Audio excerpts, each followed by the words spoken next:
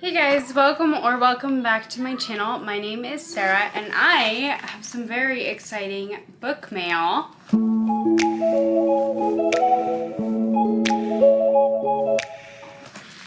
So back in December, I had gotten an email from Orbit about a debut novel. And one of them was called The Honey Witch, and I requested an arc of it, and it looks like it came.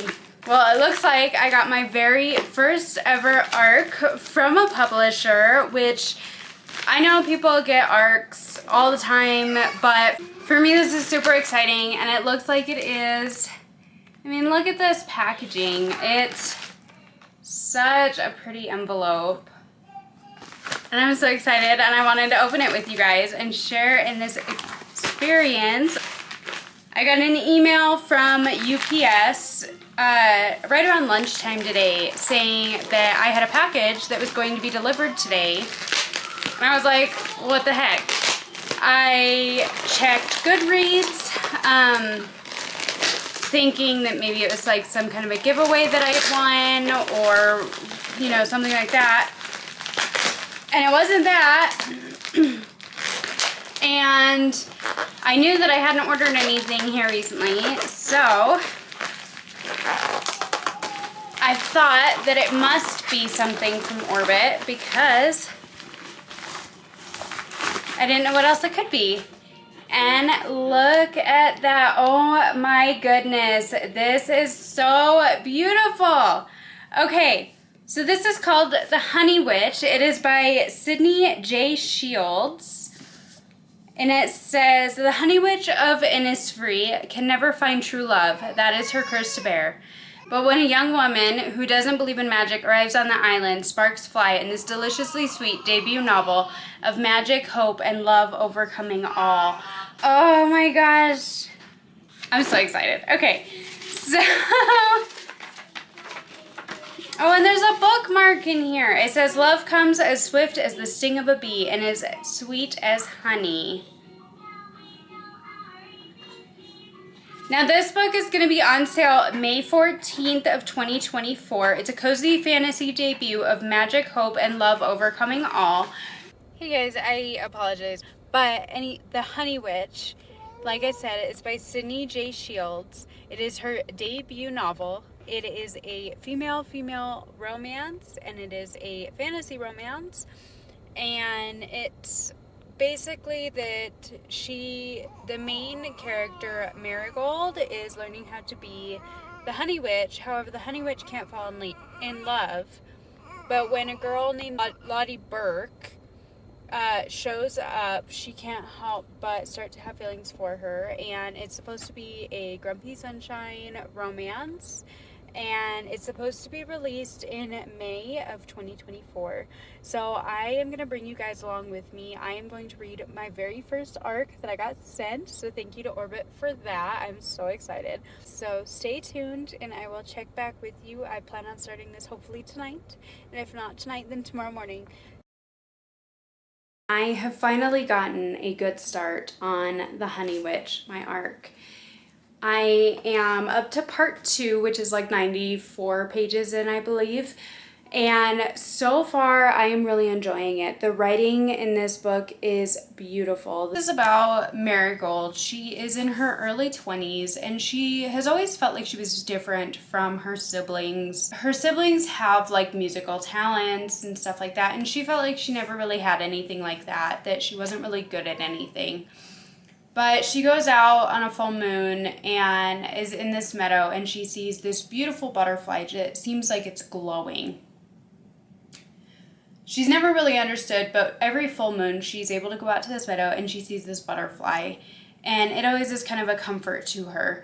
And then the following morning, when she gets back home before sunrise, she finds that her grandmother, who she hasn't seen in 15 years, is there in an argument, in a yelling match with her mother. Come to find out, Marigold learns that the reason that she has always been different is because she is a honey witch.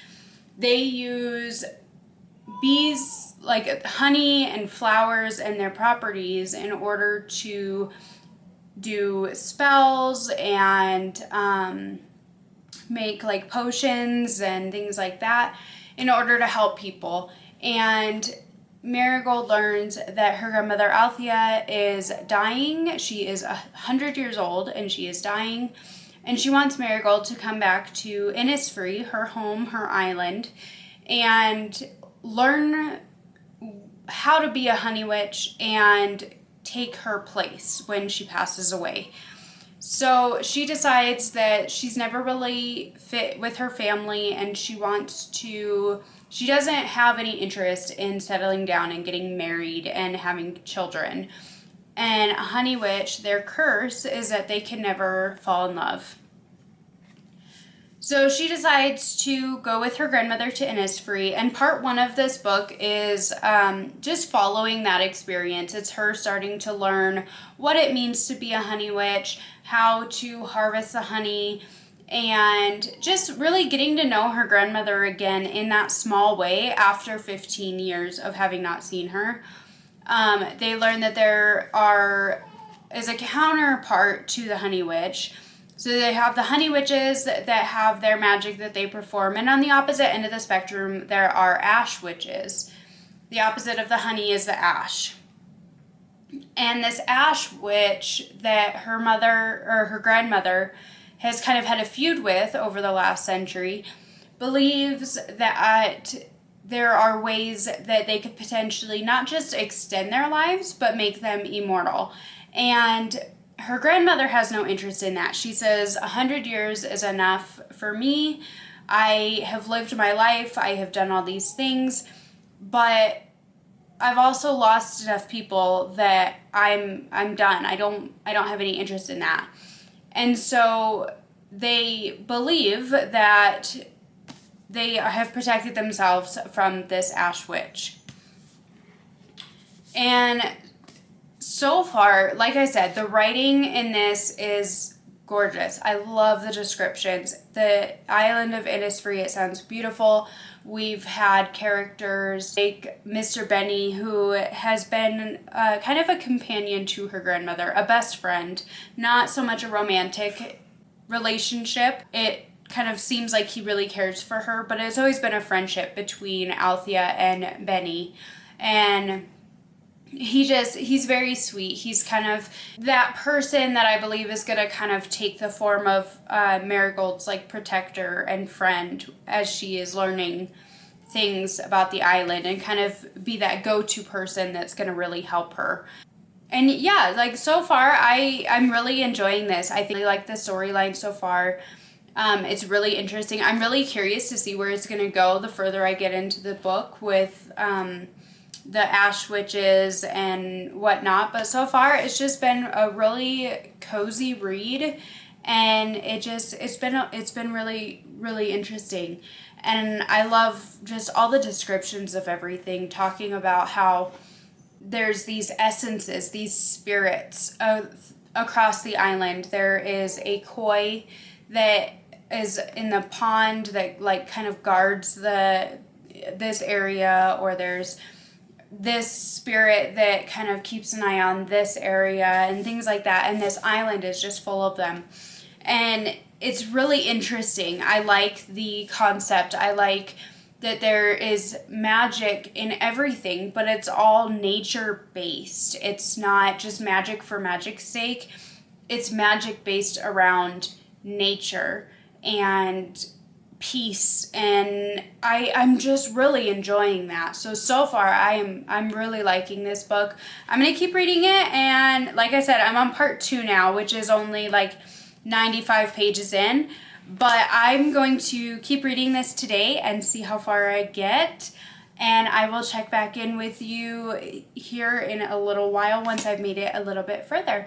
Okay, so I'm a little over halfway through The Honey Witch right now. I am on page 191. So I'm almost to part 3. And I'm really enjoying this. She has this friend named August that they were friends as children, and then she never saw him again. So 15 years later, with being back, she has rekindled that friendship with him and met Lottie as well. Lottie is August's friend, and she's just a sourpuss. Like, she doesn't believe in the magic. She thinks it's all fake, and she doesn't believe in any of it. So Marigold invites them to stay for a week at her house, and she's gonna try and prove that magic is real to Lottie.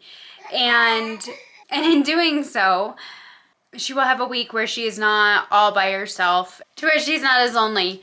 And with having them stay with her, she's kind of confused, because towards the end of the week, the spirits, like the koi fish in the pond and the swan that lives in the lake, are changed. The koi has sharp teeth and is trying to bite her until she gives it honey to basically like heal it. And the swan is like inky black and has red eyes rather than like a lavender color. And so just all these spirits are changed, and she doesn't understand why. Now, I have my prediction as to why and what is happening, but I'm not gonna say anything about it because I have a feeling that I might be correct, because I mean, it is just a cozy fantasy. But I'm really enjoying this. I've said this earlier, I absolutely love the writing style in this. It's very, very descriptive. It's really lyrical, and it sounds just incredible. Like the cover, the beautiful flowers all over the cover and whatnot, like it's just very atmospheric. I think my biggest thing is that the cottage looks way smaller in my mind and in her descriptions than it does on the cover. But overall, like I'm really enjoying this book. I have a very good feeling that I will either finish this today and do this in just a little over a day's time, or I will finish it tomorrow. But this book has me so immersed in it that it's 2 o'clock in the afternoon and it doesn't feel like I've been reading this all day. Like, I'm really enjoying it, and I feel like it's like you blink and an hour has gone by or 2 hours have gone by, and like you don't even realize it.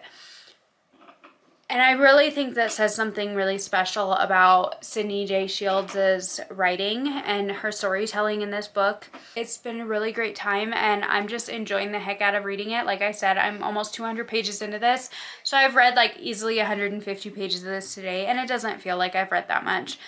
It feels like I should be 20 pages further in this, honestly, than 150, but I'm really liking this book, and it's definitely going to get a high rating from me. I'm not sure yet if that's going to be a 4 or a 5, but at least for the time being, like I'm just enjoying my time, and I'm so glad that I was able to get this arc. Thank you to Orbit once again for sending me this.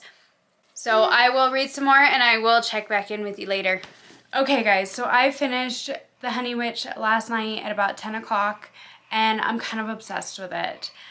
I would recommend this book to those who liked The Unfortunate Side Effects of Heartbreak and Magic, or like Emily Wilde's Encyclopedia of Fairies that has magic, but it's like, it's there, but it's not like super high fantasy.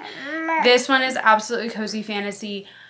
And I loved this book. I loved the relationship between Marigold and her grandmother Althea. I loved the relationship between Marigold and Mr. Benny. Mr. Benny and Althea's relationship. I loved the magic system. I loved the honey aspect and the counterpart to that being ash. I thought that was very unique. The writing style in this was absolutely beautiful. The descriptions of things and the descriptions of like the spirits, it was easy to follow and easy to understand, because all of the spirits in this that Marigold sees they're just creatures. A snake, a butterfly, a koi fish, a swan. But they have these auras about them that make them majestic, that make them magical, and I really enjoyed that. I came out at a 4.5 star for this book.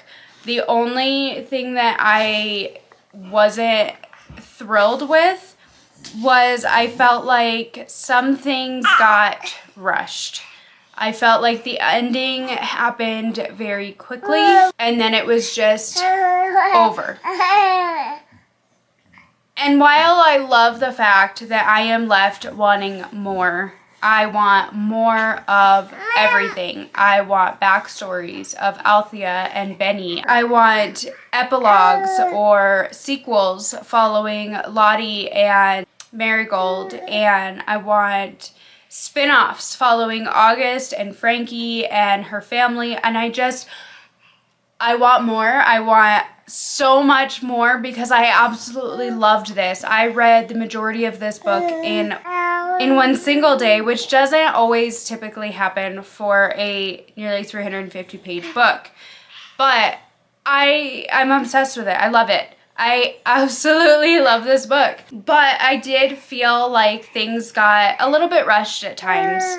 And I feel like things could have been, in some ways, explored a little bit more. As the book goes on, there's abilities that Marigold finds that she has that I wish could have been explored a little bit more, or more of a follow-up, or more of an introduction to that, because there's some things that she has happen with the enhancement of her magic and her abilities that it just kind of happens and she accepts that, but it doesn't thoroughly like explore that. And I just, like I said, I just want more. I want more of everything with this book. I loved it so much, and that's the only reason that I came out at a 4.5 star for this rather than a 5, was just because I did feel like things got a little bit rushed, especially at the end. I felt the same way with Emily Wilde. That I felt like things got almost kind of rushed at the end, but I still really enjoyed that book. This book is very similar to that it's just a ride. You go and you meet everybody and you have just a really great time. Like I said, I thought it was beautifully written. I didn't do a whole lot of tabbing through this. Honestly, I want to reread this like right now. But I think I'm going to wait until May 14th when this book actually gets released. So when I get my hands on a finished copy, I'm probably going to reread it, tab the shit out of it, and then give it to my mom so that way she can read it. And my sister as well, because I think both of them would really like this book. There was one passage in here that I did highlight, and that was when Marigold down the line is talking to her mother, and she said it just really hit home with me because I have 3 kids, and so it really just struck a chord with me, and it gave me the feels so much.